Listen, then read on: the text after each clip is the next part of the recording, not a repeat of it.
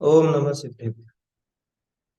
मंगलमय मंगल करण पीतराग विज्ञान नमो ताहि जाते भये अरहंता दिमा करि मंगल करि हो महाग्रंथ करण को काज जाते मिले समाज सब पावे निज बदरा।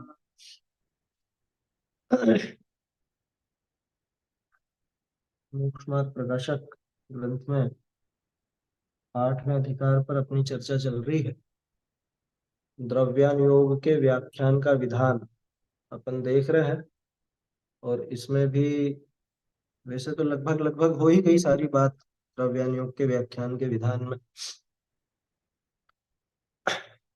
इसका जो अंतिम प्रकरण है, मतलब द्रव्यानुयोग के व्याख्यान के विधान में आखिरी पॉइंट यही था कि यहाँ पे आचार्य देव सूक्ष्मता का कथन नहीं करते हैं, स्थूल बुद्धि गोचर, हमारी बुद्धि गोचर, छद्मस्त की बुद्धि गोचर कथन करते हैं। क्यों?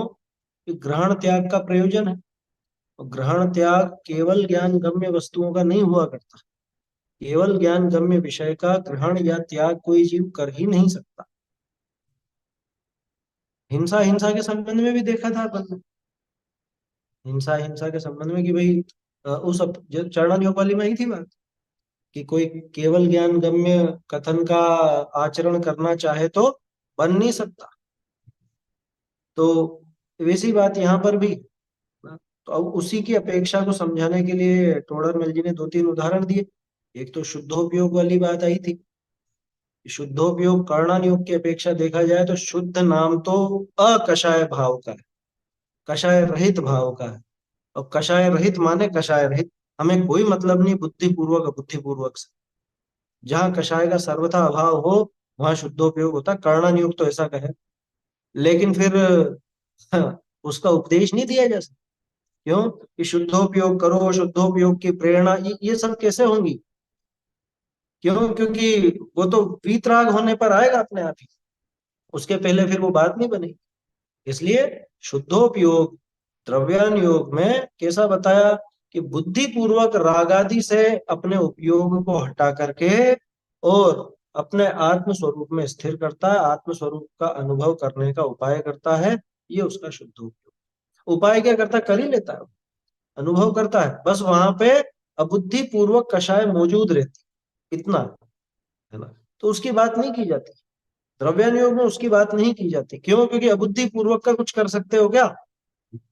अबुद्धि पूर्वक का कुछ नहीं कर सकते।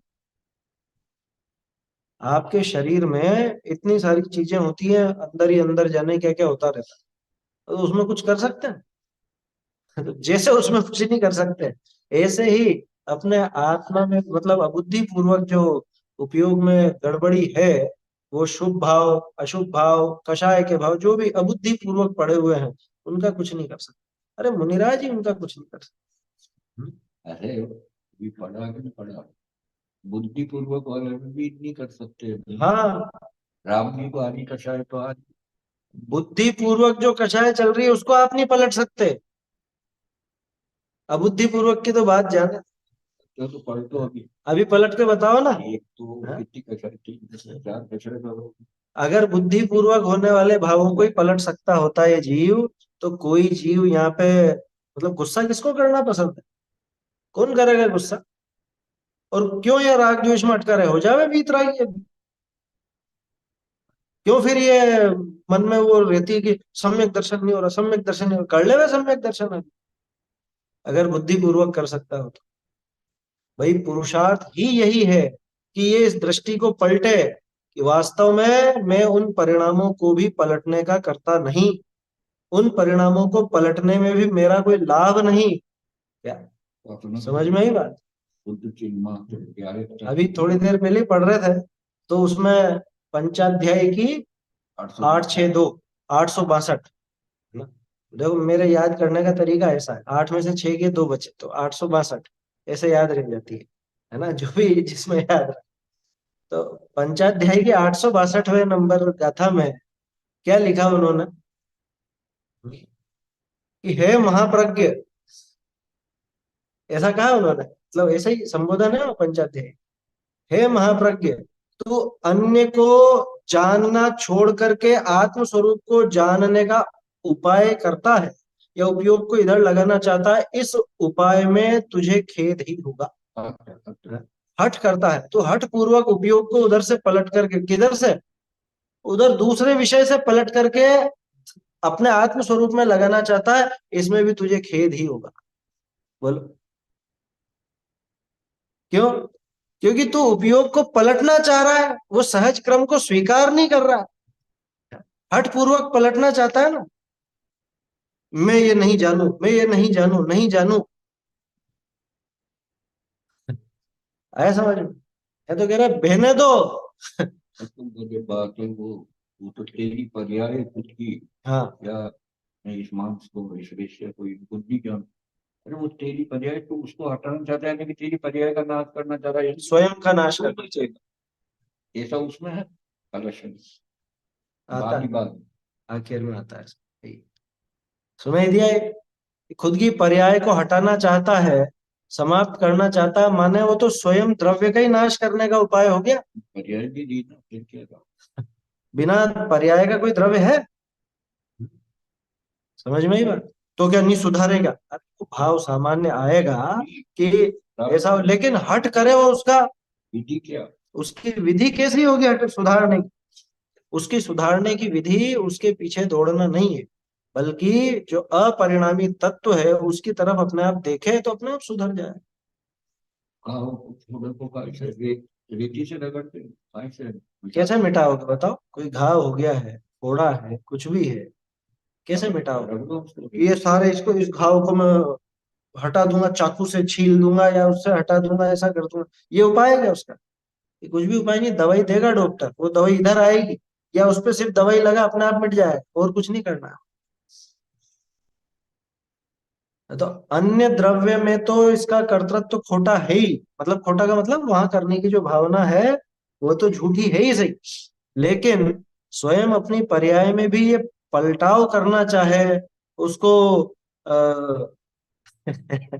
उसको बदलना चाहे, तो वो नहीं कर सकता, किस बदलेगा? वो पर्याय है एक समय की। नहीं पलट सकता। तू पलटने जाएगा जिसमें, तो दूसरे समय की आ जाएगी ना।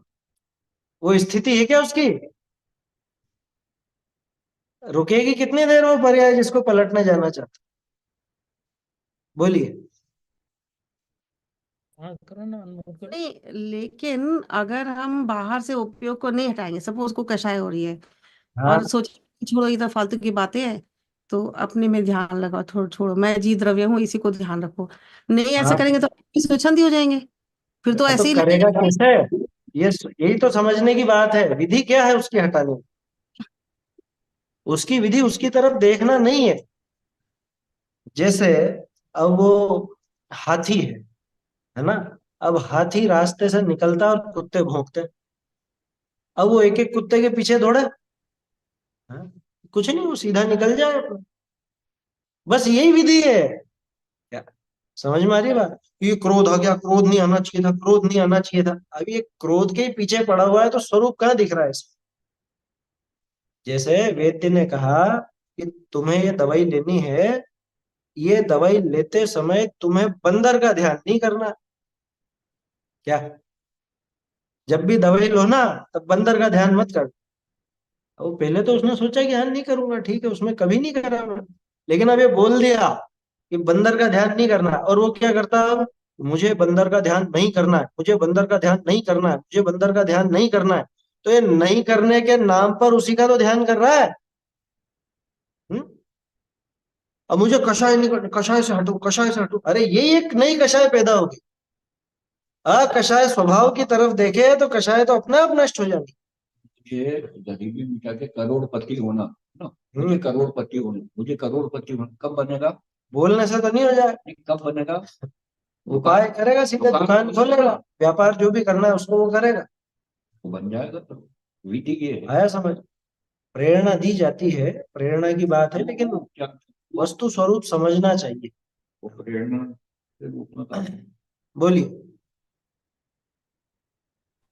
जैसे अपन किसी के बारे में गलत सोचते हैं, है ना, हम्म, एक गलत बन हुई गलत सोचने वाली, फिर अचानक मोक्ष मार्ग प्रकाशक की लाइन याद आ गई कि हम्म। किसी के बुरा सोचने से क्या होता है, उसका बुरा तो उसके परिणाम में उसके हाँ आपके उदय हाँ से होएगा। मैं क्यों उसका बारे में बुरा सोचूं? तो हम्म, कसाय हाँ थोड़ी कम तो हुई ना।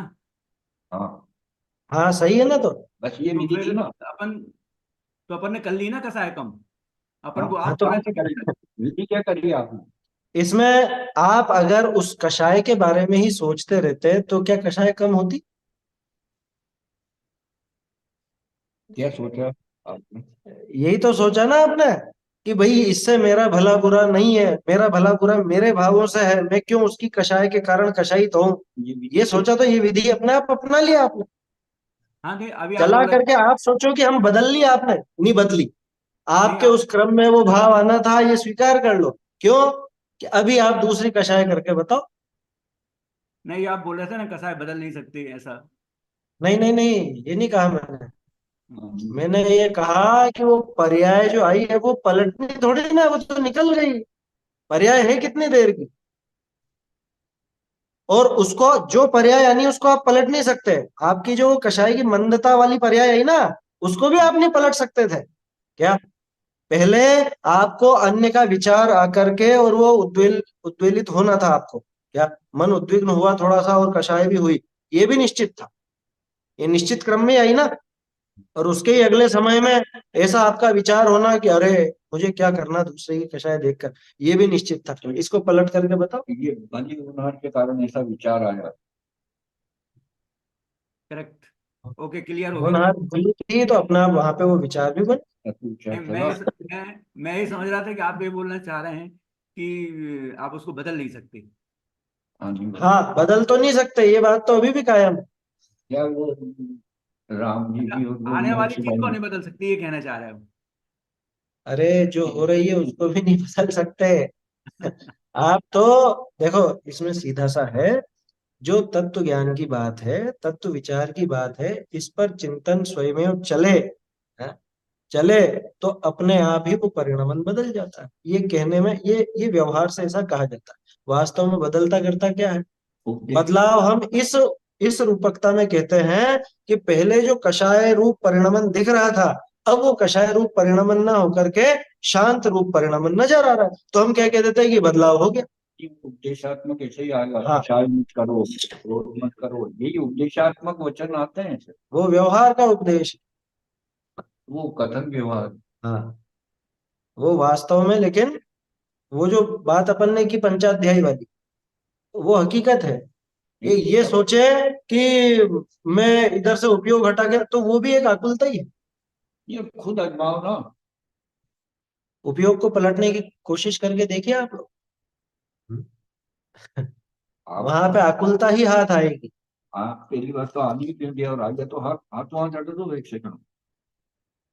बोलिए। सर ये भी तो बात है कि जैसे जो पर्याय अपना उपयोग तो ज्ञान तो इतना क्वालिटी इतनी डाउन है कि असंख्यात समय तक एक समय टिके एक ही कंसंट्रेट हो तो वो पकड़ में आती है। तो एक समय की हम्म, पर्याय तो बदलने का अपने हाथ में वैसे ही नहीं रहा। हाँ, नहीं है ना। नहीं रहा। अब उसका तो उपाय यही है कि जब हाँ अब ज्ञान में पकड़ में आ रही है कि ये कषाय हो रही है क्या, उसके अगले बार उसके आगे की हम सोच सकते हैं कि नहीं यार ये चीज गलत थी या ये सही थी, तब हाँ, जाके आगे की आगे वो, तैयारी। देखो, तत्व विचार ही एकमात्र उपाय है। हम्म। आगे जो तत्व विचार चला कि अरे क्या मैं फालतू की इन चीजों में लगा, अथवा ये अब होगी जो होगी आगे की, तो मेरे को मुझे इन चीजों से दूर रहना चाहिए, जो भी विचार चला वो अपने आप वो बदल रही, अपने आप ही स्वयं में वो बदल। वो बात हो गई ना बुद्धिपूर्वक तत्व विचार, बुद्धिपूर्वक उपयोग हाँ, होना। बुद्धिपूर्वक, इसके हाथ का काम क्या है? ये बुद्धिपूर्वक। भी उपदेशात्मक के वचन। हाँ, ये उपदेशात्मक ही है ये वचन भी। क्या करें, तो कहना तो ऐसे ही पड़ेगा, इसके अलावा और क्या उपाय है? कहने में ऐसे ही आएगा। तो ये द्रव्यान योग का ये महत्व है। और द्रव्यान योग की ये व्याख्यान की विधि भी अपने को इसलिए समझनी चाहिए कि आचार्य देव जहाँ उपदेश देते हैं तो वो उपदेश भी किस स्तर पर कितना है। बोलिए। पर अभी तक हम यही मतलब जब भी हम पढ़ाई पढ़ते हैं स्वाध्याय करते हैं या समझाते हैं तो यही बोलते हैं ना कि अगर तुम्हारे में ऐसा विचार आए तो तुम्हें बुद्धिपूर्वक तुम्हें वो पलटना हाँ ही है, नहीं तो भाई, हम फिर वो स्वतंत्र हो जाएंगे ना। कैसे मतलब अपने को बोलने के लिए तो ये बोलने में आएगा ही ना। यही तो कह रहे हैं अभी, ये उपदेशात्मक कथन, लेकिन इसकी वास्तविकता अपने को समझनी चाहिए। तो इसकी वास्तविकता समझे बिना कोरा यही बोलते रहे तो वो उसने भी तत्व को पकड़ा नहीं। नहीं, वो बोलेंगे और बोलने के बाद ऐसे हम विचार भी करते हैं, उसके ऊपर हम हाँ विचार भी करते हैं कि नहीं नहीं ये गलत है, लेकिन जैसा अभी भाई साहब ने बोला, क्योंकि वो जो पर्याय आती है वो संख्यात समय निकल जाते तब हमें समझ में आती है, तब तक तो हाँ, हमें वो दोष वगैरह जो लगना है वो लगेगा ना। वो दोष सारे के सारे जिस क्रम में जैसी पर्याय आ रही है उस अनुसार है, और जो तो निर्दोषता आगे आएगी उस तत्व विचार से निर्दोषता भी है, दोनों को स्वीकार कर। दोनों को स्वीकार करना पड़ेगा ना, क्योंकि हम्म, पकड़ में जल्दी नहीं आता है। जैसे हमारे को क्रोध आ रहा है, लेकिन जब हम समझने जाते हैं या हम सोचते हैं अरे गलत हो गया, तब तक तो हाँ काफी टाइम निकल जाता है ना। निकल गया, अब जो बीत गया उसका तो क्या कर सकते हैं। हाँ अपन वही। वर्तमान में ही अपने स्वरूप पर फोकस करें, वो तत्व विचार की बात वर्तमान में ही चले तो भविष्य अपने आप सुधरता है। हाँ, लेकिन कभी क्या कभी हो क्या होता है कि लोग ऐसा ना समझे कि हम जैसे पलटने लगते हैं तो वही कायर है या डर के मारे, या ऐसा भी लोग ये करते हैं कि अरे जैन धर्म में तो फिर क्या, ऐसा नहीं देखो, होना चाहिए। लोगों के सोचने पे जाओगे तब तो कुछ भी हासिल नहीं होना। हम्म तो ऐसा लोगों को ऐसा मान भी लो, अनुभव एक एक उदाहरण है। समझो, एक उदाहरण से समझते हैं इसको।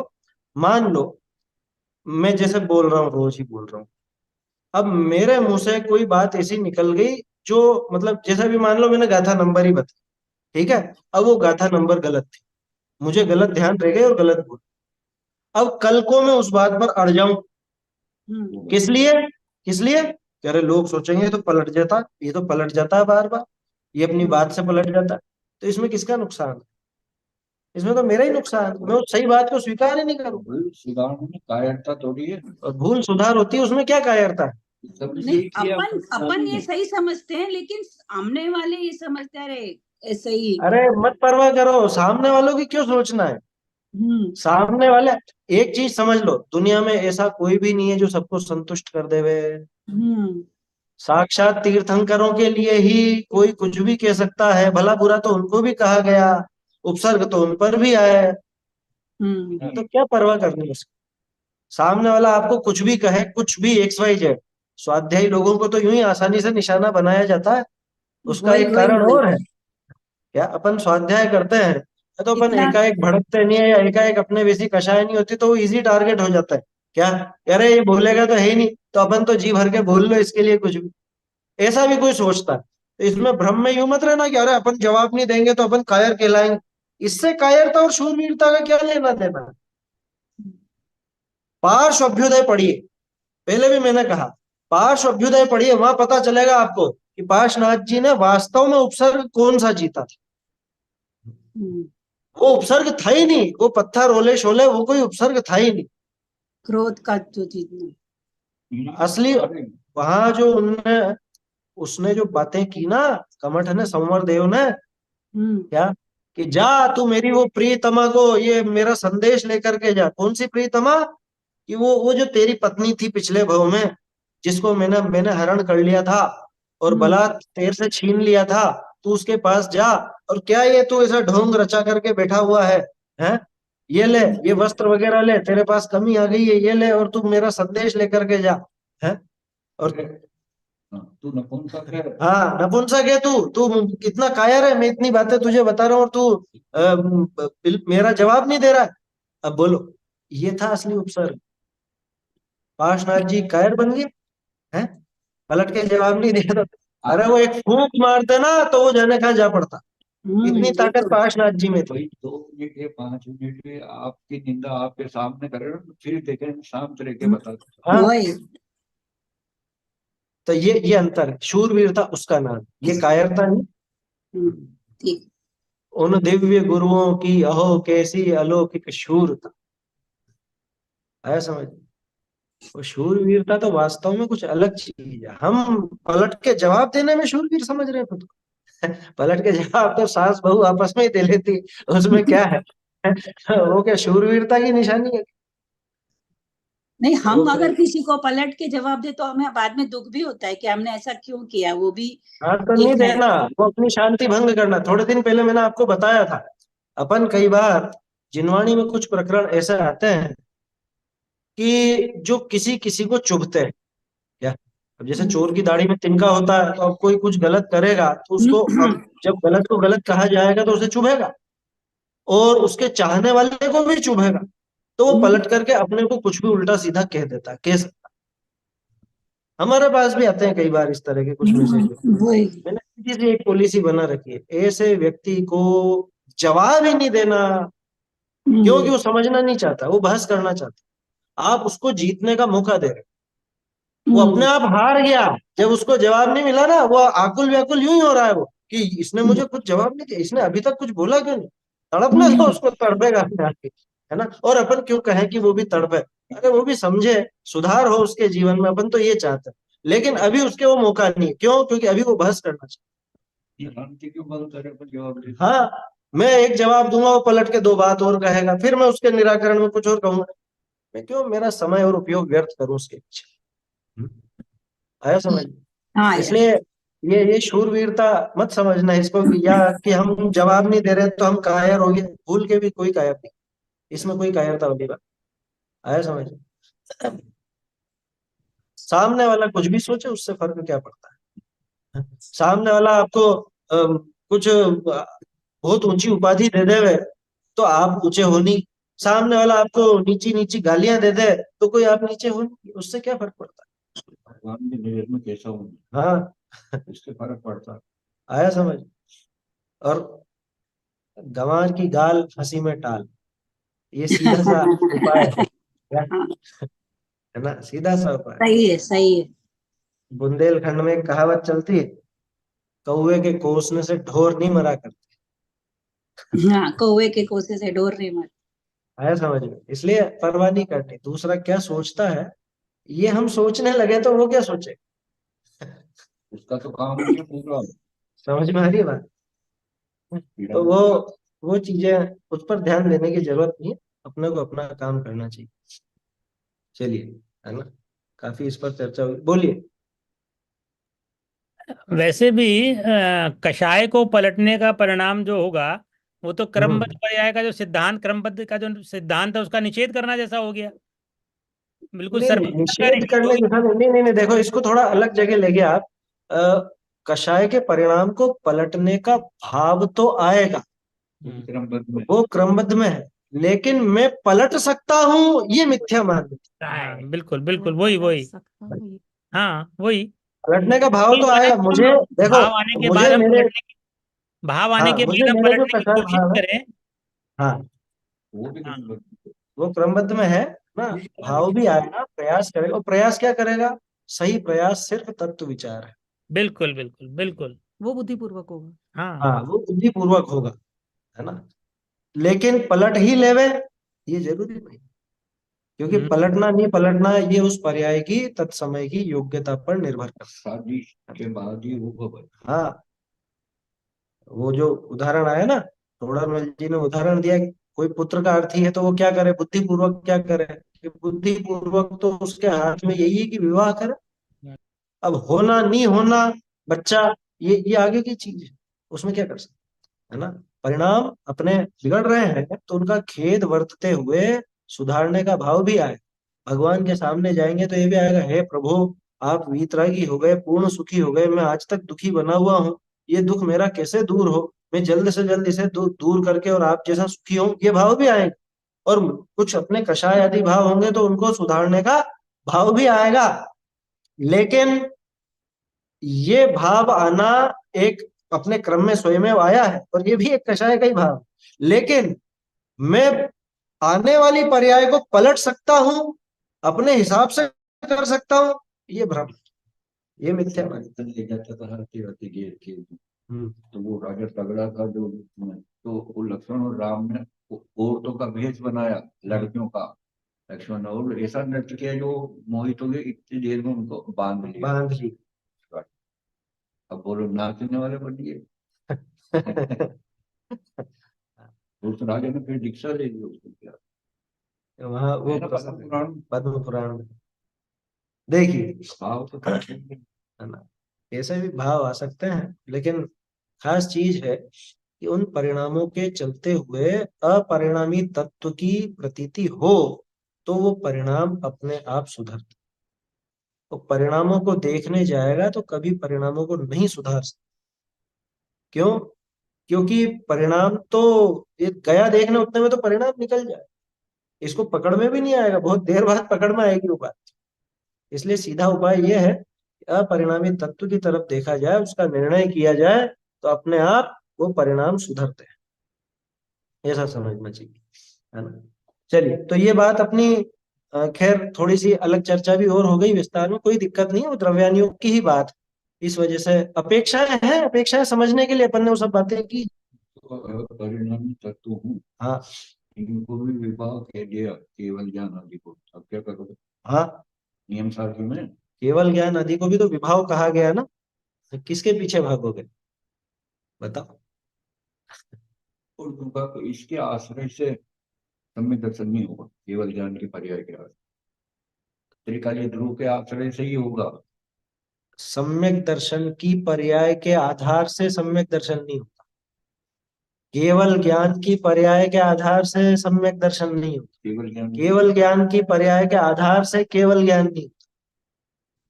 ऐसी विचित्रता है। जो अपरिणामी तत्व त्रिकालीय ध्रुव, उसके आधार से उसी के आधार से सम्यक तो अथवा केवल ज्ञान आदि होते हैं। उनको तो देखना किसको है। विभाग दे दिया। अच्छा, और ये बिल्कुल सीधा है, लौकिक में भी आप ऐसे ही करते हो काम। साइकिल चलाने के लिए कभी साइकिल को देखते नहीं हो, केवल को देखते हैं। पेडिल मार रहे हो, पेडिल को देख कर मार रहे हो, पेडिल को देख करके मारने लगे तो हो गया काम फिर। हैं? बावजूद भी इसको हैंडल को पकड़ोगे, है ना, लेकिन हैंडल को देखोगे क्या? अब साइकिल चला रहे, देख सामने रहा, और इधर हैंडल भी मुड़ रहा है और पेडल भी चल रहे हैं और वो सारे काम, तो देखना किधर है और काम किधर हो रहा है। के संभाल में सिर फूट देता है। सिर फूट जाता है। बावजूद भी ना देखो, है ना, तो ये शुद्धोपयोग का कथन था इसमें, और ये बात भी होगी थी मेरे ख्याल से, सूक्ष्म भावों की अपेक्षा गुण स्थान आदि में सम्यक्त्व आदि का निरूपण कर्णानुयोग में पाया जाता है, इसी प्रकार अन्यत्र जन्म, है ना, ये बात हो चुकी थी।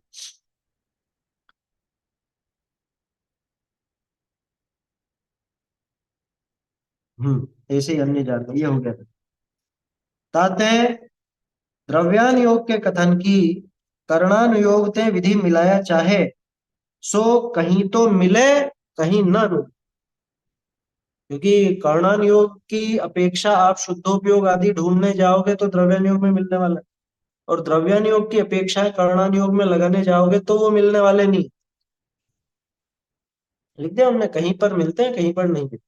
कहाँ पे मिलेंगे? कि जहां पे उनकी व्याख्यान की पद्धतियां मिलेंगी वहां पे मिल जाए। जैसे कर्णानुयोग में आपको मिल जाएगा भाव कलंक सुपौरा निगोय वासम मंचित, ठेठ कर्णानुयोग का ग्रंथ, जिसके अंदर वो अगर ये भी कह देते हैं कि इस कर्म की वजह से नहीं जा रहा है, इस कर्म की वजह से नहीं छोड़ रहा, तो भी चलती बात, क्योंकि कर्णानुयोग का कथन। लेकिन उन्होंने क्या कहा, अपने भाव कलंक की प्रचुरता के कारण ही ये जीव निगोह का वास नहीं छोड़ता। समझ में आ रही है बात? तो अब वो द्रव्यानुयोग की विधि वहां मिल गई, तो ऐसे कहीं कहीं मिल जाएगी, कहीं कहीं पर नहीं भी मिलेगी। वो आचार्य की कथन करने की शैली के ऊपर निर्भर करता है कि कहाँ पर वो विधि मिले कहीं नहीं मिले। कहीं प्रकरण ऐसा ही रहेगा तो वहां बिल्कुल भी नहीं मिलेगी। जैसे करण लब्धि करो, हाँ, अब करो करण लब्धि में तो कुछ भी नहीं लगेगी, द्रव्यानुयोग की क्या बात लगाओगे वहां? लब्धियों के प्रकरण में क्या लगाओगे द्रव्यानुयोग? और पूरा वो कर्मों के ऊपर चल रहा है काम, है ना, तो वहां नहीं लगती वो बात। ऐसा है, द्रव्यानुयोग में करण लब्धि का आपको उपदेश दिया जाता है क्या कभी? हाँ तो कि चलो करो अब यहाँ पे क्या है, पहले तो वो ये वाली लब्धियां प्रकट करो, करो अभी अपने प्रायोगिक लब्धि कर लो फटाफट, और थोड़ी देर बाद अपन, मुझे तो ऐसा लगता है आने वाले समय में ऐसे भी प्रयोग कराए जाएंगे। ध्यान तो करवाए ही जाते हैं लोगों को, अब इसका ध्यान लगाओ, अब इसका ध्यान लगाओ, अब इसका ध्यान लगाओ। कोई आश्चर्य की बात नहीं कि अगर कोई इस तरीके भी करे कि आधे घंटे हम प्रायोगिक लब्धि करेंगे, पहले विशुद्धि लब्धि करेंगे और उसके बाद फिर हम देशना लब्धि करेंगे और उसके बाद फिर प्रायोगिक लब्धि की कक्षा, मतलब प्रायोगिक लब्धि करवाएंगे आप सबकी, और उसके बाद अगला मॉड्यूल हमारा करण लब्धि का है। उसमें फिर हम 3 हिस्सों में ये सेक्शन हमने विभाजित विभाजित किया है। क्या बोलो, कोई बड़ी बात नहीं, इस तरह से भी करवा दी जाए किसी भी। जो काम कोई करा नहीं सकता, बुद्धिपूर्वक जो किया नहीं जा सकता, केवल ज्ञान गम्य बात है, जिसके वो प्रक्रिया होती है उसको खुद को पता नहीं चलती, वो दूसरों की करवाने लग जाए, कोई बड़ी बात नहीं। जमाना बहुत आगे बढ़ गया ना, असंभव चीजों के भी वो कक्षाएं लगा दी जाए तो क्या बड़ी बात है तो सही। ध्यान के वो बड़े बड़े विपश्यना और वो जाने क्या क्या है, चलते हैं बहुत और जाते हैं बहुत लोग वहां। बस वो क्या है, मंद कषाय की जो शांति दिखती है ना, उसमें मगन होकर, और वास्तव में एकदम क्या वो क्या बोलते हैं, एकदम ऐसा एक्सपीरियंस हुआ है, लाइफ टाइम में ऐसा नहीं होता है। शरीर की हाँ, क्या नाड़ियां थोड़ी शिथिल हो जाती है और कषाय थोड़ी वो कषायों की मंदता होती है कि दिमाग से सब चीजें निकालो, ये निकालो वो निकालो। कभी तेज हाँ अब उसमें शांति अनुभव करने लग जाता। खैर वो दूसरी बात है, मैं तो ये कहना चाह रहा हूँ कि कर्णान योग की विधि इस तरह से हर जगह मिलेगी नहीं। कर्णान योग में जैसे जो जो बातें हैं वो सारी आप द्रव्यान योग पर फिट करना चाहोगे, वो फिट नहीं है ना। ऐसे द्रव्यान योग की सब बातें कर्णान योग में फिट नहीं होगी। भाई अपेक्षा ही अलग है, एंगल अलग है। इसको यूं मत समझना कि आचार्यों की बुद्धि अलग अलग चल रही है, अलग अलग कुछ नहीं चल रही। वो तो उन्होंने वो विधि बताई है कि यहाँ क्या हो रहा है, काम कर्मों में क्या काम हो रहा है जिस समय आत्मा ये काम कर रहा था। आया समझ, ऐसा है। क्या 4 प्रकार की शांति कैसी,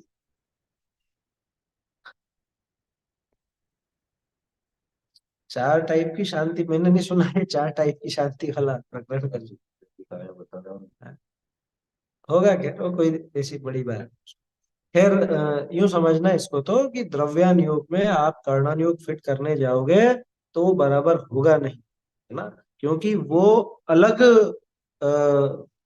अलग लेवल की बात है, ये अलग लेवल की बात है। वो कर्मों के लेवल पर बात चल रही है, ये आत्म स्वरूप के और आत्मा के परिणामों के लेवल पर बात चल रही है। दोनों का मैच नहीं होता आपस में। देखो आगे देखते हैं, तो कहीं पर तो वो विधि मिलती है, कहीं नहीं मिलती। जैसे यथाख्यात चारित्र भय तो 2 अपेक्षा शुद्धोपयोग, यहाँ विधि मिल जाएगी। जैसे 11वें 12वें गुण स्थान में शुद्धोपयोग है, द्रव्यान योग भी कहेगा है और कर्णान योग भी कहेगा है, ये विधि मिल गई। लेकिन बहुरी नीचली दशा विषय द्रव्यान योग अपेक्षा तो कदाचित शुद्धोपयोग होई और कर्णान योग अपेक्षा सदा काल कषाय अंश के सद्भाव ते शुद्धोपयोग नहीं। क्या कहा कि भाई 11वें 12वें गुण स्थान में तो दोनों एक मत हो जाएंगे, द्रव्यान योग और कर्णान योग। लेकिन जब नीचे की भूमिका की बात आएगी, निचले गुण स्थानों की बात आएगी, निचले मतलब चौथे से लेकर 10वें तक की, तो द्रव्यान योग तो कहेगा है, द्रव्यान योग तो शुद्धोपयोग कहेगा। कदाचित, कदाचित कब, 7वें 8वें 9वें 10वें में तो हमेशा, क्या 7वें 8वें 9वें 10वें में तो हमेशा है, और चौथे और 5वें में जब आत्मानुभव है तब है, शेष समय में नहीं, ये द्रव्यान योग कहेगा। और छठे में, ये छठे में नहीं, छठे की बात नहीं। द्रव्यान योग तो कहेगा है, द्रव्यान योग की तो कह रहा हूं। कर्णान योग क्या कहेगा, कर्णान योग कहेगा कि कषाय अंश का सद्भाव मौजूद है इसलिए शुद्धोपयोग नहीं है। कर्णान योग तो सीधे 11वें 12वें में, ठीक है ना। तो 2 अपेक्षाएं हैं, एक तो जिसमें अपेक्षा एक ही है असल में, तो वो कषाय अंश का सद्भाव, ठीक है ना। कर्णान योग चूंकि केवल ज्ञान गम्य में कथन करता है तो उन्होंने अबुद्धि पूर्वक के कषाय अंश को भी पकड़ा, उस अपेक्षा शुद्धोपयोग नहीं है ऐसा कहा 10वें गुण स्थान तक, है ना। अथवा द्रव्यान योग की अपेक्षा लगाओ तो वहां पे तो बुद्धि पूर्वक राग आदि से उपयोग को हटा करके आत्म स्वरूप में लगाया वो शुद्धोपयोग। वो काम चौथे 5वें में कभी कभार होगा और 7वें से लेके आगे हमेशा हो। छठे में नहीं होता, ठीक है ना, ऐसा। अब वो अपेक्षा कौन सी है कि जिसमें कहे कि सातवें में होता है और चौथे में नहीं होता? ऐसी कोई अपेक्षा नहीं, ऐसी कोई अपेक्षा नहीं। भाई दो ही अपेक्षाएं दिखी ना, एक तो बुद्धिपूर्वक और एक दूसरी अबुद्धिपूर्वक भी। तो कर्णानियोग या द्रव्यानियोग की दो अपेक्षाएं अपने को मिलती। इसलिए जो लोग ऐसी बात करते हैं कि चौथे गुण स्थान में तो शुद्धोपयोग हो ही नहीं सकता, चौथे गुण स्थान में आत्मानुभूति हो ही नहीं सकती, आत्मा का अनुभव हो ही नहीं सकता, तो झूठी है बात। देखो उसमें एक बिल्कुल बच्चों जैसा तर्क दूं आपको, बच्चों जैसा लेकिन परफेक्ट।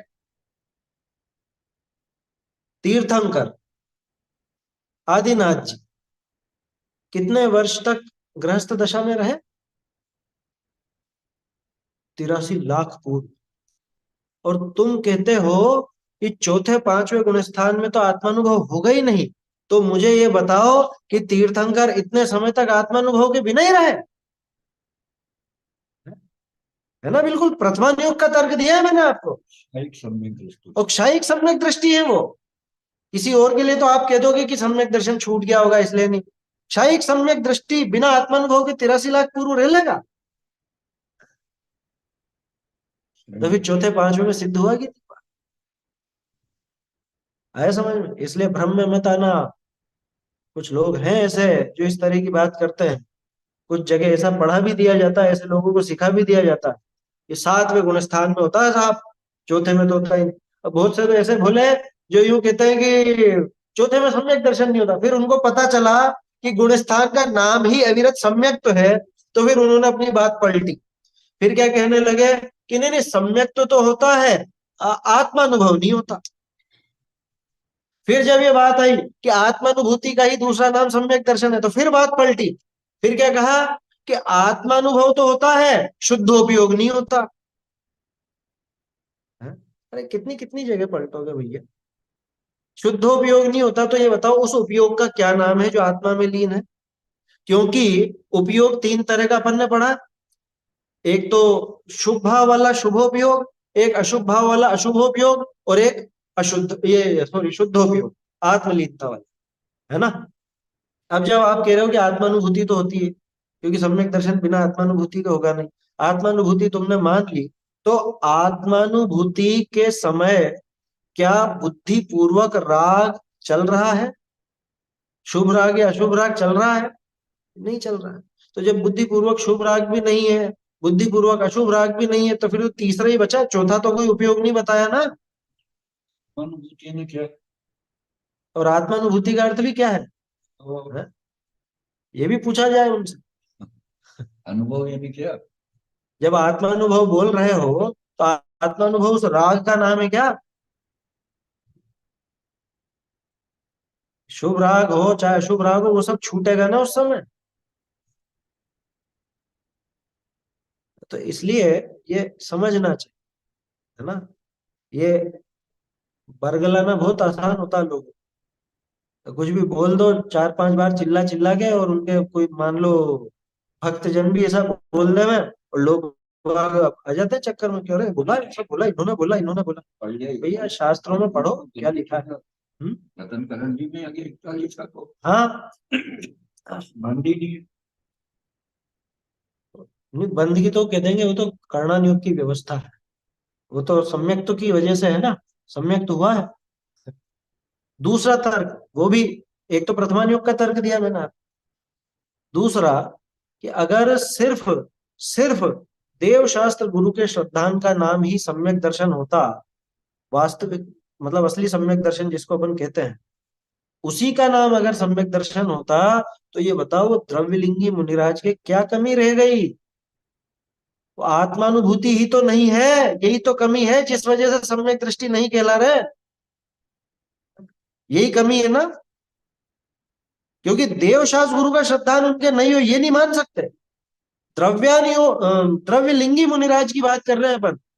द्रव्यलिंगी माने भ्रष्ट नहीं, द्रव्यलिंगी माने जिनके 28 मूल गुणों का निरतिचार पालन हो रहा है, जिनके शुभ भाव भी वैसे ही हैं जैसे होने चाहिए। भावलिंगी मुनिराज और द्रव्यलिंगी मुनिराज में मात्र या आत्मानुभूति का, और यही सबसे बड़ा अंतर, आत्मानुभूति का अंतर है, और यही सबसे बड़ा है। वहां से गिर के फिर वो फोन। हाँ, समझ में आ रही है बात? इसलिए ये समझना चाहिए। ये अपेक्षाएं तो अपन समझ ही रहे हैं, लेकिन ये बातें भी, बारीकियां भी सीखते जाइए, समझते जाइए। भैया चौथा गुणस्थान जो है सम्यक दर्शन, वो कोई हवा में प्रकट नहीं होता है, वो आत्मानुभव के बल पर प्रकट होता है। अरे कितनी महिमा गई है, 3 लोग क्यों काल में। खेड़ाला में पढ़ा ना आपने, और वो तो सम्यक रत्नकरण श्रावकाचार्य का ही तो है। वहां देखी ना अपन ने, तो कितना कितना उसमें वर्णन किया है। 28 से लगा के 41 तक वही वर्णन है। सम्यक तो की महिमा ही महिमा दिखाई है वहां। उसी को सबने कहा है, सब विद्वान एक मत से कहते ये हैं। और कोई आचार्य भी क्यों कहते हैं कि गंधर्व देव ने कहा, तीर्थंकरों ने कहा, गंधर्व देव ने कहा, वो मैं बताता हूँ। हाँ, आचार्य मन गढ़ंत नहीं लिखते हो। मुनिराज खुद कह रहे हैं। अष्टपहुड़ में कितनी जगह आया, जिणो उदिष्ठम, जिणेण कहिदम, कितनी जगह प्रयोग किया है। हाँ, क्योंकि आचार्य देव जानते हैं कि इसको सीधे सीधे भरोसा नहीं हो, इसको जिनेन्द्र देव का नाम लेना ही पड़ेगा। जिनेन्द्र देव का या गणधर देवों का, है गणहर कहिदम, इस तरह के भी शब्द आते हैं। तो ये शुद्धोपयोग वाली जो बात है, ये खास है, और उस जमाने में भी खास थी, आज भी खास है। उस जमाने में भी लोगों को वो क्या पता, उस टाइम पर तो ऐसा विरोध या कुछ इस तरह की फालतू बात नहीं होगी, लेकिन समझते ही कम होंगे। और आज, आज सम्यक दर्शन की परिभाषाएं लोगों ने मनगढ़ंत पता नहीं कैसी कैसी बना ली है, तो उनको ये आत्मानुभव वाली बात सुहाती नहीं। ठीक है, तो ये विधि कैसी विधि मिली कारणानुयोग में और द्रव्यानुयोग में, कि जहां पे यथाख्यात चारित्र होने पर दोनों अब शुद्धोपयोग बताया, वहां तो दोनों कह रहे हैं कि हाँ शुद्ध हो। और निचली दशा में द्रव्यानुयोग अपेक्षा तो कदाचित भी, कदाचित का अर्थ समझ में आया ना, चौथे पांचवे में कभी कभी, और सातवें से लेकर 10वें में तक में तो हमेशा कदाचित शुद्धोपयोग हुई। और कर्णानुयोग अपेक्षा सदा काल कषाय अंश के सद्भावते शुद्धोपयोग न है। कर्णानुयोग कहेगा नहीं है शुद्धोपयोग। क्यों नहीं है शुद्धोपयोग? क्योंकि हम तो शुद्धोपयोग माने, देखो कषाय माने अशुद्धता, और कषाय अगर थोड़ी सी भी बची है, सूक्ष्म सांप्राय के रूप में भी है, तो भी हम तो यही कहेंगे कि वो अशुद्धता है। कौन कह रहा है ये बात? ये कर्णानुयोग है ना, कर्णानुयोग यही कहे। ऐसे ही अन्य कथन जान ले। बहुरी द्रव्यानुयोग विषय परमत विषय कहे तत्वाधिक तत्वाधिक, तिनको असत्य दिखाने के अर्थ तिनका निषेध कीजिए। द्रव्यानुयोग में आता है, आप समय सार जी की टीका पढ़ोगे तो शुरू में जयचंद छाबड़ा ने 6 प्रकार से अर्थ करने की पद्धति बताई है ना, मतार्थ, नयार्थ, आगमार्थ, ऐसे करके। तो कई कई जगह पे मतार्थ के रूप में भी निरूपण। अरे आप अगर गौर से पढ़ोगे ना, तो आपको पता चलेगा प्रवचन सार जी, समय सार जी, इन सब में बहुत सी गाथाएं अन्य मतों के निराकरण के लिए ही आई है। तो आचार्य को द्वेष था उनसे? है, द्वेष नहीं था, वो सही स्वरूप बताने के लिए उनको वो कहना पड़ा कि ऐसा नहीं है, ऐसा है। भाई बताया जाएगा ना। ये तो कोई भी, मान लो ये पूछे कि, मान लो आपके पास कोई व्यक्ति आया कि मुझे सोने की अंगूठी खरीद, और आप एक सज्जन हो, आप किसी का नुकसान नहीं करना चाहते, आप क्या कहोगे? उस उधर वाली दुकान पर मत जाना, वो सही नहीं करता, ये सही कर, ये सही देगा, ये सही माल देगा, भाव भी सही लगाएगा, और इसके में खोट नहीं, उधर वाला गड़बड़ है। बोलो ये कहेगा कि नहीं कहेगा? मार्ग दिखाने वाला तो यही करेगा ना, उसको द्वेष नहीं है। मार्ग से भी पहुंचोगे आप लोग, इससे भी नहीं पहुंचोगे, इस हाँ। वाले से भी नहीं पहुंचोगे। ये केवल एक मार्ग है, सीधा वाला की जा रहा मार्ग दिखाया जाता है, इसी तरह से दिखाया जाता है। तो दूसरे मार्गों से द्वेष है। है, वहां झगड़ा नहीं है कुछ भी। लेकिन सामने वाले के, जब तक वो तरह तरह के क्या कहें अपन, खुद ही आचार्य देव वो तर्क वगैरह नहीं करें, खुद ही वो बातें नहीं उठाएं, तो इसको दृढ़ता नहीं है। जैसे उदाहरण के तौर पर अकर्तृत्व का सिद्धांत समझाना है ना। अब क्या इतना मात्र कहने से काम चल जाएगा कि एक द्रव्य दूसरे द्रव्य का कर्ता धर्ता हर्ता नहीं है? आगे समझ में, जब तक उदाहरण लेकर के नहीं बताया जाए कि भगवान भी कुछ करने वाले नहीं है, और फिर उसमें दो चार और उदाहरण भी दिए जाएंगे, नामजद उदाहरण भी दिए जाएंगे। क्या, अरे साक्षात महावीर स्वामी भी तुम्हारा कुछ करने वाले नहीं है, आदिनाथ जी भी कुछ करने वाले नहीं है, अन्य मतियों के नाम तो नहीं ले रहा हूं है। समझ में आई बात? तो ये तर्क युक्ति से समझाने के लिए वो सब नाम लिए जाते हैं, उदाहरण भी दिए जाते हैं, है ना, मत खंडन मत मंडन वो भी किया जाता है। उद्देश्य द्वेष पैदा करना नहीं, उद्देश्य सही समझ कर आना है ना, ऐसा है। तो क्या कह रहे हैं, तहा द्वेष बुद्धि न जाननी, तिनको असत्य दिखाई, सत्य श्रद्धान करावने का प्रयोजन जान। उन सबको झूठ दिखा करके, गलत दिखा करके सही श्रद्धान कराए। अब क्या करें, हमारी बुद्धि इतनी खोटी है कि जब तक दो चार सामने उदाहरण ना हो तब तक हम निर्णय नहीं कर पाते। अरे मैथ्स पढ़ते हैं ना, मैथ्स में तो क्या है बताओ, वो समझा दिया फॉर्मूला कर ले, उसके लिए 10-15 अलग अलग तरह से एग्जाम्पल देने पड़ते। समझ में ही बात। देखो एक वैज्ञानिक ने ऐसा कथन किया, शायद एडिसन का था या उसका था, क्या बोलते हैं, आइंस्टाइन का, कि हम इस काम को करने में 18 बार फेल नहीं हुए, हमने 18 तरीके खोजे हैं जिससे पता चलता है कि इससे काम नहीं बने। क्या कि तुम कह रहे हो कि साहब आपने 18 बार ये मेहनत की और 19वीं बार में आप पास हुए, कि नहीं, हमने 18 तरीके निकाले कि जिससे ये पता चलता है इससे काम होने वाला है, तो उसमें विफलता नहीं है। ऐसे ही यहां समझना कि इन सब का, इनका मतलब द्वेष बुद्धि पूर्वक निराकरण कर रहे हैं, द्वेष बुद्धि पूर्वक निराकरण नहीं कर रहे हैं, बल्कि ये सामने वाले के दिमाग में बात बैठा रहे कि कभी ऐसा सामने मौका लगे तो इसको सही मत समझ ले। समझ में आ रही है बात? देखो, तिनको असत्य दिखाई, सत्य श्रद्धान करावने का प्रयोजन जानना। उनको असत्य दिखा करके सच्चा श्रद्धान कराना चाहते हैं, उसको सही मार्ग दिखाना चाहते हैं। ऐसे ही और भी अनेक प्रकार करी द्रव्यानुयोग विषय व्याख्यान का विधान है। तो इस तरह से और भी आपको मिलेगा। टोडरमल जी ने तो देखो, ऐसा लगता है कि और मौका लगता तो शायद कुछ और भी खुलासा करते आगे कभी, पर वो तो हो नहीं पाया, है ना। तो और भी ऐसे व्याख्यान समझ लेने चाहिए अपने को, बहुत से प्रकरण इस तरह के आएंगे आगे, दोष कल्पना के निराकरण में आ जाएंगी वैसे और अपेक्षाएं। अभी अपेक्षाएं पूरी थोड़ी ना होंगी, अभी तो आगे एक और महत्वपूर्ण प्रकरण आने वाला।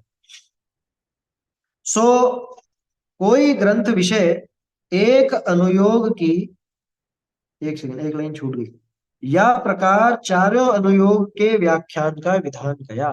इस तरह से चारों प्रकार के जो अनुयोग हैं उनके व्याख्यान का विधान यहाँ दिखाया है। सो कोई ग्रंथ विषय एक अनुयोग की, कोई विषय दो की, कोई विषय तीन की, कोई विषय चारों की प्रधानता लिए व्याख्यान हो है। सो जहां जैसा संभव है तहां तैसा समझ लेना। ये बात बहुत काम की है, लोग बात बहुत जिद करते हैं, ये ग्रंथ कौन सा अनुयोग का है बताओ। अरे भैया, ऐसे बहुत कम ग्रंथ हैं जो फिक्स किसी एक ही परिपाटी पर चलते होता है। नहीं, यहाँ तो संभव चलेगा ना, जहां जैसा संभव हो, जहां जैसा अर्थ निकले, ऐसा है यहाँ तो। क्या कह रहा था मैं, कि कोई ऐसा ग्रंथ परफेक्ट किसी एक अनुयोग का नहीं होता, कहीं पे कोई एक ही अनुयोग की, कहीं पे दो की, ज्यादातर में तो 2-3 अनुयोगों की मिश्रित परिपाटी रहती है। जैसे छेड़ाल, छोटा सा उदाहरण है, वो प्रसिद्ध उदाहरण। छेड़ाला में आपको द्रव्यानुयोग भी मिलेगा, छेड़ाला में आपको चरणानुयोग भी मिलेगा, व्रतादि की चर्चा है ना। अच्छा, तत्वार सूत्र कौन से ग्रंथ का मानते हो आप? तत्वार सूत्र कौन से, मतलब कौन सा अनुयोग का मानते हो? ये प्रथमानुयोग एक कम नजर आता है, बाकी तो कर्णानुयोग, चरणानुयोग, द्रव्यानुयोग तीनों ही दिखते हैं वहां। मोक्ष मार्ग प्रकाशक तो चारों का सुमेल है, मोक्षमा प्रकाशक तो चारों अनुयोग का स्वरूप होकर के भी चारों अनुयोगों की कुंजी है। आया समझ में? ये चाबी है, चारों अनुयोगों की चाबी है। काम कितना बड़ा। हाँ हाँ, वो बहुत बढ़िया उदाहरण था वो। क्या कि जैसे मकान तो बहुत बड़ा है, लेकिन मकान में घुसने का जो दरवाजा है वो मकान जितना बड़ा नहीं होता, और दरवाजा जितना बड़ा होता है उतना बड़ा ताला नहीं होता, और ताला जितना बड़ा होता है उतनी बड़ी चाबी नहीं होती। लेकिन चाबी हो तो आप उस पूरे इतने बड़े मकान में प्रवेश कर सकते। ठीक है ना? तो मोक्ष महाप्रकाशक भले आचार्यों का ग्रंथ नहीं है ना, क्योंकि कह सकते हैं, बहुत से लोग कहते हैं ये बात, क्या गृहस्थ का, अरे भैया क्या गृहस्थ और बिना गृहस्थ क्या है उसमें? है? गलत बात हो तो बताओ। तो ये चाबी है। वसीयत ला के दे दी उसने, वकील ने या कोई ने वसीयत संभला दी कि तुम्हारा पुरखों की वसीयत है, हाँ, अब वो लेनी थी। कौन लेके आया है वो वसीयत, उससे क्या फर्क पड़ता? क्या लाया है, ये है ना महत्व की चीज। और हम मूर्खों जैसे इन बातों में उलझते हैं। ये तो आचार्यों का है, और ये तो विद्वान का, ये तो गृहस्थ का है। तुझे क्या लेना देना गृहस्थ का है? वो गृहस्थ, वो छोटा सा बच्चा ही अगर तुझे तेरी काम की बात बताएगा तो नहीं सुनेगा उससे? चाबी वो देगा। वो तोतला हो बच्चा, ये लो ताबी ताबी, अब वो चाबी गूंगी दी, वो ताबी ताबी बोलेगा तो लेगा ही नहीं लेगा? समझ में आ रही है बात? तो फिर ये क्या, इन इन बातों में कोई दम नहीं कि ये किसने लिखा है या क्या है। टोडरमल जी अब वो गृहस्थ थे, उससे कोई वो फर्क पड़ता है क्या? मिलान, हाँ शहर का उद्देश्य एक नहीं था, मिलान कर लो आप, बुद्धि मानो। वो तो खुद कोट करते हैं हम्म, सारे ग्रंथों में। और आप ये तो समझ ही गए होंगे, अपन इतने दिनों से जो अभ्यास कर रहे हैं, कहीं पे भी कोई बात आती है तो क्यों नोट करते हैं? अपन इसीलिए नोट करते हैं कि लोगों के दिमाग से भ्रम निकल जाए कि कुछ अलग से मनगढ़ंत बातें लिख दी। यहाँ पे भले विद्वान गृहस्थ रहे हों, लेकिन उन्होंने जो बातें लिखी है वो सब आचार्य कथित बातें ही। ऐसा है। बोलिए। जैसे कोई बोलता है कि छेड़ाला और मोक्ष मार्ग प्रकाशक गृहस्थ का लिखा हुआ है, इसको हम नहीं पढ़ेंगे, तो ये जिनवाणी का अभिनय नहीं है क्या? बिल्कुल अभिनय, 100% अभिनय है। अब तो बड़े उनसे बड़े वही मंचों जो से अभी बोला जाता वसीयत का उदाहरण दिया, वो उनसे पूछना चाहिए हाँ, वो बता देने वसीयत। कि लौटा देना भैया, क्योंकि इससे क्यों लेंगे, है। इससे वसीयत क्यों लेंगे? बड़े बड़े अरे मंचों से बड़े और बड़े बूढ़े बड़े आनंद लोगों को द्वारा वापस। बोला जाता है। बड़े बड़े हैं? मंचों से, बड़े बड़े मंचों से और बड़े बड़े लोगों द्वारा। कोई बात वो नहीं। बड़े कहाँ हैं? मतलब जगत पे ओछी तो बात करने वाला बड़ा नहीं होता, है ना? अब ज्यादा नहीं सोचना उस पर। बोलने वाले तो जाने क्या क्या बोलेंगे। मिलान खुद की बुद्धि से करके देखो। सही है, और ये सही बात लिखी है। बहुमान आना चाहिए अपने को तो उनका, कि गृहस्थ होकर के, अरे कही थे ना आचार्य कल्प क्यों कहा गया? कई मायनों में, मैं बिल्कुल स्पष्टता से आपसे ये बात कह रहा हूँ, कई मायनों में टोडरमल जी ने ऐसा काम किया जो कई आचार्यों ने नहीं।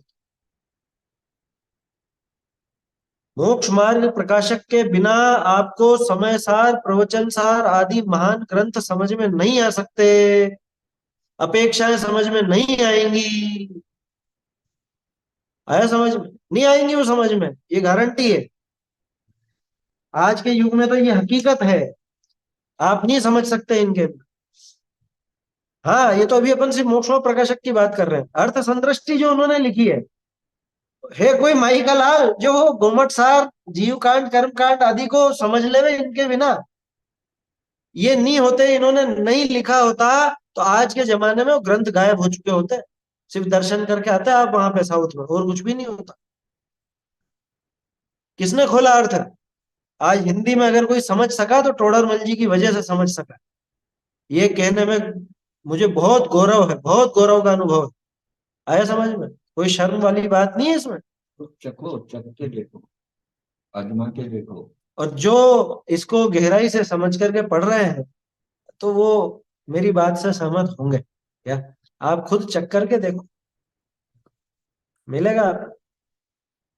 चलिए, तो क्या कहा है यहाँ पे, तो किसी में तो चारों की प्रधानता लिए व्याख्यान है, सो जहां जैसा संभव है तहां तैसा समझ ले। अब इन अनुयोगनी विषय कैसी पद्धति की मुख्यता पाइये है, सो कहिए। देखो, टाइम तो अपना 2-3 मिनट है, वैसे ये सरल है बिल्कुल। एक काम करते हैं, रीडिंग लगा लेते हैं, कल इस पर चर्चा करते हैं। मैं ढूंढारी से इसकी रीडिंग लगा देता हूँ, 2-3 मिनट है अपने पास।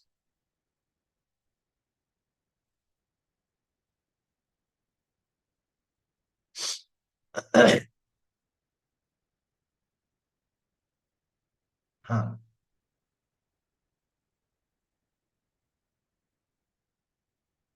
अब इन अनुयोगनी विषय कैसी पद्धति की मुख्यता पाइये है, सो कहिए। प्रथमानुयोग विषय तो अलंकार शास्त्रनी की व काव्यादि शास्त्रनी की पद्धति मुख्य जाते हैं। अलंकार अधिकते हैं मन रंजायमान हुई, सूधी बात कहें, ऐसा उपयोग लागे नहीं, जैसा अलंकार आदि युक्ति सहित कथनते उपयोग लागे। बहुरी परोक्ष बात को किछु अधिकता करी निरूपण करिए, तो ताका स्वरूप नीके भासे। बहुरी करणानुयोग विषय गणित आदि शास्त्रनी की पद्धति मुख्य जाते हैं, तहाँ द्रव्य क्षेत्र काल भाव का प्रमाण अधिक निरूपण कीजिए है, सो गणित ग्रंथनी की आमनायते ताका सुगम जानपना हो है। बहुरी चरणानुयोग विषय सुभाषित नीति शास्त्रनी की पद्धति मुख्य जाते हैं, यहाँ आचरण करावना है, सो लोक प्रवृत्ति के अनुसार नीति मार्ग दिखाए वह आचरण करे। बहुरी द्रव्यानुयोग विषय न्याय शास्त्रनी की मुख्य पद्धति है जाते हैं, यहाँ निर्णय करने का प्रयोजन है, और न्याय शास्त्रनी विषय निर्णय करने का मार्ग दिखाया है। ऐसे इन अनुयोगनी विषय मुख्य पद्धति है, और भी अनेक पद्धति लिए व्याख्यान इन विषय पाइये है। यहाँ को कहे अलंकार गणित नीति न्याय का तो ज्ञान पंडितनी के हुई, तुच्छ बुद्धि समझे नहीं, ताते सुधा कथन क्यों न किया। ताका उत्तर, शास्त्र है सो मुख्य पने पंडित चतुरनी के अभ्यास करने योग्य है, सो अलंकार आदि आमनाय लिए कथन होए तो तिनका मन लागे। बहुरी जो तुच्छ बुद्धि है तिनको पंडित समझाई दे, और जे न समझ सके तो तिनको मुखते सुधा ही कथन कहे, परंतु ग्रंथनि विशेष सुधा कथन लिखे। विशेष बुद्धि तिनका अभ्यास विशेष न प्रवर्ते, ताते अलंकार आदि आमनाय लिए कथन कीजिए है। ऐसे इन चार अनुयोगनी का निरूपण किया।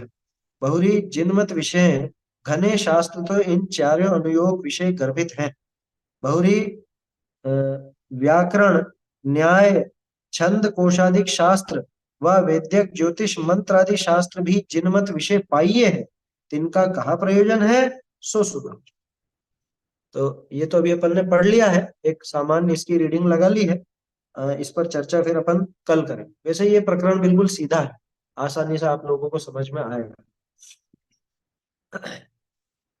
अभी समाप्त करते हैं।